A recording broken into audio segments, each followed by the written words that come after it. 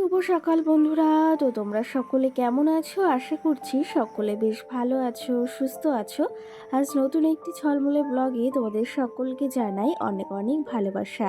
আজকে হলো মঙ্গলবার, এখন ঘড়ি কাটাতে ঠিক সময় হয়েছে ওই 8টা 15 মতো। তো আজকের ব্লগটি আমি এখন থেকেই শুরু করছি, সকাল থেকে বেশ একটু দেরি করে। আশা করি আজকের ব্লগটি তোমাদের বেশ ভালো লাগবে। উঠেছি কিন্তু অনেকটা আগেই, তবে এই যে এখন থেকেই ব্লগটা শুরু করছি। উঠে ওই যে ছিলাম বিছনাতেই, আর বাইরে প্রচণ্ড পরিমাণে বৃষ্টি হচ্ছে। জানো তো 2 দিন ধরেই এরকম বৃষ্টি হচ্ছে।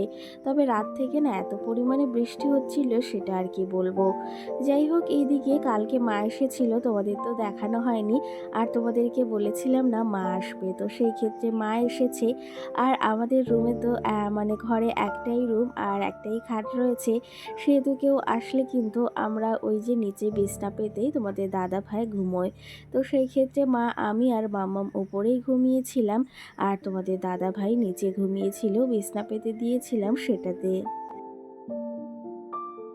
দিকে তো আমাদের বিছনাটাকে আমি তুলে নিয়েছি, তার পাশাপাশি নিচে যে বিছনাটা পেতেছিলাম সেই বিছনাটাও তুলে নিয়েছি। এখন যেহেতু শীতকাল না, অতটা কিছু বিছনায় প্রয়োজন পড়ে না, কিন্তু শীতের সময় ভীষণ পরিমাণে এটা ওটা প্রয়োজন পড়ে প্রত্যেকটা জিনিসেরই। তো সেই ক্ষেত্রে ওই যে একটা কাঁথা আর একটা কম্বল দিয়েছিলাম, তো সেটাতে পরেই শুয়েছিল তোমাদের দাদা ভাই। আর অতটাও আমাদের ঘরে মানে নিচের মেঝেটা না ভীষণ পরিমাণে ঠান্ডা, তো সেই ক্ষেত্রে অতটা অসুবিধা হয় না। যাই হোক, এদিকে মামাও সোনাও ঘুম থেকে উঠে গেছে, আর বাইরে এখনও তীব্র প্রচণ্ড পরিমাণে বৃষ্টি হচ্ছে। আর এই বৃষ্টির দিন হলে না আমাদের একটু বেশ অসুবিধাই হয়, বেশ বলতে অনেকটাই অসুবিধা হয়। যেহেতু বাইরে আমাদের কল রয়েছে, আর প্রত্যেকটা গৃহবধূ বা প্রত্যেকটা বাড়ির বউর বা সকালের অর্ধেকটা কাজকর্মই কিন্তু ওই যে আমাদের কলে থাকে। এই থালা বাসন ধোয়া, মামামের জামা কাপড়, যেমন স্নান করা, আরও কত কাজ রয়েছে বলো। তো সেই ক্ষেত্রে সেই সময়টুকু আমি ভাবলাম যখন এখন বৃষ্টি হচ্ছে, তাও আমি ঘরের কাজগুলো টুকটুক করে সেরে নিই, না হলে বসে থাকলে তো আবার হবে না। আর আজকে আবার মা যাবে হচ্ছে দাদাদের কাছে, তোমাদের দাদা ভাই দিয়ে আসবে। তো সেই ক্ষেত্রে আজকে সকাল থেকে বেশ একটু তাড়াও রয়েছে, রান্না বাড়াও সারতে হবে একটু বাদে, ভেবেছি চা খেয়ে একদম রান্না বাড়াটা সেরে নেব। এদিকে দেখো, এই যে ঘরটাকে গুছিয়ে নিচ্ছি, গুছিয়ে বলতে প্রতিদিনের মতনই গোছাতে তো হবেই, ঝাড় দিতে হবে বাসি ঘর, বাসি উঠানটাকে আর আজকে ঝাড় দেওয়া হবে না, একটা কাজ থেকে রেহাই পেয়েছি। বর্ষা বৃষ্টি সকালে হলে উঠানটাকে আর ঝাড় দিতে হয় না, যখন একটু বেশ রোদ বের হয় তখন ঝাড় দিয়ে নেব। চলো তবে এদিকে আমি এখন ঘরটাকে ঝাড় দিয়ে নিই, আর সঙ্গে এরপরে যাব স্নানে, তারপর একটু চাও করতে হবে আবার। এর মাঝে না আমি স্নানটাও সেরে এসেছি, কারণ কি জানো তো, একটা অভ্যাস হয়ে দাঁড়িয়েছে, সে বৃষ্টি হোক বা বর্ষা হোক, স্নান না করলে আমার একদমই ভালো লাগে না। তো যাই হোক, এদিকে স্নান করে এসেছি, আর মাকে বলেছিলাম তুমি চায়ের জলটা বসিয়ে দাও, আমি এসে চাটা নামিয়ে নেব। এদিকে 3 কাপ চা বলতে মাম্মামকে তো একটুখানি দেওয়া হবে, শুধু নামেই ওর সঙ্গে কিন্তু একদম জল মিশিয়ে দিই। আর এদিকে ভাবলাম একটু মুড়ি আর আগের দিন চানাচুর এনেছিলাম সেটা দিয়েই এখন খেয়ে নেব। এদিকে কি জানো তো, সকালে একটু চা না হলে না বেশ মনটা ভালো লাগে না, সে যতটাই বেলা হোক না কেন, একটু চা খেলে মনটাও একটু হালকা হয়, আর বেশ নিজেকে মানে ভালোও লাগে, আমার এরকম মনে হয়। আজকে সকালে যেহেতু একটু রান্না করতে দেরি হচ্ছে, মানে দেরি হবে, ওই প্রায় 11:30 কিংবা 11:30টার দিকে রান্না বসাবো। তার আগে তো মাম্মামকে কিছু খাওয়াতে হবে, এই যে কাউ মিল্ক ছিল সেটা দিয়ে আর একটু সুজি রান্না করে দিচ্ছি। বেশ অনেকদিন মাম্মামকে সুজি দেওয়া হয় না, কেন ওই যে ভাতটাই খাওয়া হয়, আর এখন কাউমিক দিয়ে রাত্রে ওকে ভাত খাওয়ানোর চেষ্টা করছি, আর বেশ ভালো খাচ্ছে জানো তো। আর সঙ্গে ভাবলাম তাহলে এখন এই সুজিটাই ওকে রান্না করে দিই, পরবর্তীতে আবার যখন দুপুরে রান্নাটা হয়ে যাবে তখন ভাত খেয়ে নেব। আর জানো তো, পাশের বাড়ি থেকে একটা কাকিমা আমার জন্য মালপোই যে বানাচ্ছে দিয়ে গেছে আমাকে, না ভীষণ পরিমাণে জেঠিমাটা ভালোবাসে, কিছু হলেই আমাকে দিয়ে যায়। তো আগের দিনও আম দিয়ে গেছিলো, আর আজকে দেখো এই মালপোয়াগুলো দিয়ে গেছে। এই জিনিসটা আমিও খেতে বেশ ভালোবাসি। এদিকে তোমাদের দাদা ভাইও বাজার করে চলে এসেছে। তোমাদের দাদা ভাই ওই আমাদের সঙ্গে আজকে ঘুম থেকে উঠেছে, যেহেতু ওরও তাড়াহুড়ো রয়েছে। এক জায়গায় যেতে হলে কিন্তু একটু তাড়াহুড়ো, একটু ব্যস্ততা কাজ করেই মনের ভেতর। আর জানো তো, তোমাদের দাদা ভাইকে মানে ছেড়ে এখনও কোনো দিন ওই যে একটা রাত থাকা হয়নি কোথাও। এমনি বাবার বাড়িতে গিয়ে থাকা হয়েছে, তবে ওরকমভাবে থাকা হয়নি যে তোমাদের দাদা ভাই বাড়ি ছেড়ে দুদিন রয়েছে এখানে বা ওখানে। তো সেই ক্ষেত্রে একটু মানে বিশেষ করে কেমন একটা লাগছে সেটাই মানে আমি বলে বোঝাতে পারছি না। তবে মাকে তো দিয়ে আসতেই হবে, আর মা যেহেতু একা একা যাতায়াত কখনো করেনি সেমনভাবে, মানে আমাদের বাড়ি এই আসে আর দিদিদের বাড়ি যাওয়া এটাই। তাছাড়াও আমার মা কিন্তু অতটা মানে চালাক চতুরও না, মানে বুঝতেই পারো আমার মাকে দেখে। আমার মা খুব একজন ভালো মানুষ, কি বলবো, খুবই ভালো মনের মানুষ। ওনার কি বলবো, ভগবান এত কষ্ট ওনাকে দিয়েছেন ওনার শরীরটায়, সেটা মানে বলে বোঝানো যাবে না। ভীষণ কষ্ট লাগে জানো তো। যাই হোক, দাদাদের কাছে যাবে, আর আমার দাদারা থাকে হচ্ছে বিহারে, তো আরা জেলায়, তো সেখানেই যাবেন। তো আজকে বেরোবে, সেই জন্য সকাল সকাল এই যে ঘুম থেকে উঠে চা খেয়ে নিয়েছি। আর সঙ্গে তোমাদের দাদা ভাই এদিকে বলেছিলাম একটু চিকেন এনে রাখতে, আর সঙ্গে এদিকে রুই মাছ এনেছে, তো সেটা দিয়ে আজকে একটু পাতলা করে আলু দিয়ে তরকারি করব, আর অন্য আর একটা তরকারি করব। চলো তবে এদিকে রান্না বাড়া তো করতে হবে, সঙ্গে তোমাদের কমেন্টেরও রিপ্লাই দেবো। আগের দিনের ভিডিওতে বেবি দাস আমাকে কমেন্ট করেছে তোমার ভিডিওর হোম ট্যুর দাও, তো অবশ্যই আমি দেওয়ার চেষ্টা করব। হোম ট্যুর খুব তাড়াতাড়ি দেখি চেষ্টা করে। আর এই যে তুমি বলেছো, এটাতেই আমি বেশ খুশি হয়েছি। এ দেখো, ভয়েস দিতে দিতে বৃষ্টি পড়ছে, আর সেটার হয়তো তোমরা আওয়াজ শুনতে পাচ্ছ। কি করব বলো তো, এই টিনের ঘরে একটু বৃষ্টি হলেই সেটার ভীষণ পরিমাণে আওয়াজ হয়। আর কি বলবো সেটা, মানে এই এডিটিংয়ের সময় যদি একটু আওয়াজও হয়, সেটা খুব মানে ক্যাচ করে নেয় এই মোবাইলে, তো সেই ক্ষেত্রে ভীষণ একটা অসুবিধা হয়। সত্যি কথা বলতে, নিজের ঘরবাড়ি ছেড়ে এই যে এখানে রয়েছি, আর এটা ভীষণ কষ্টদায়ক। আর কি জানো তো, নিজের বরের তৈরি এই সত্যি কথা বলতে বাড়ি ছেড়ে কোথাও থাকতে ভীষণ কষ্ট হয়, আর মনটার ভেতরও বেশ খারাপ লাগে জানো। এই বিষয়টা যে আমি কাকে বলে বোঝাবো, বা এই বিষয়টা বোঝানোর মতো আমার কাছে কেউ নেই। যে নিজের বাড়িটায় যেতে প্রত্যেকেরই ইচ্ছা করে, তবে কি জানো তো, সময় সুযোগ, কিছু মানুষের কথা, কিছু মানুষের ব্যবহার, মনটা এমনটা হয়ে যায় না, তখন আর কিছুই ভালো লাগে না। তখন মনে হয় যেরকমটা আছি এরকমটাই থাকি।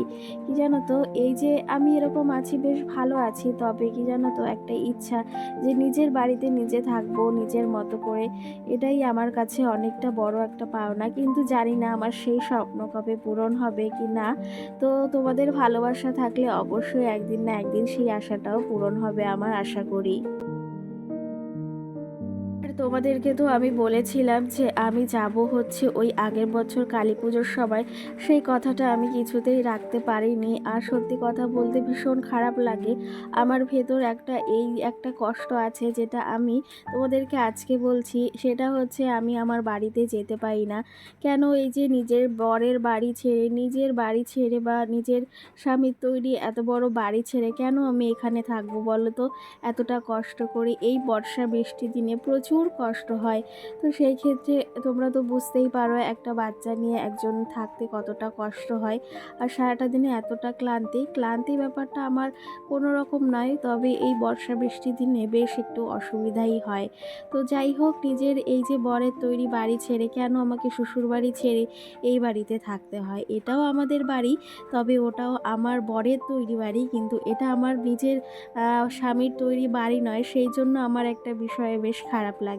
যতই এটা হ্যাঁ আমাদের বাড়ি হোক, কিন্তু নিজের স্বামীর তৈরি বাড়ি থাকার মজাটাই আলাদা, বা সেই জিনিসটাই আলাদা।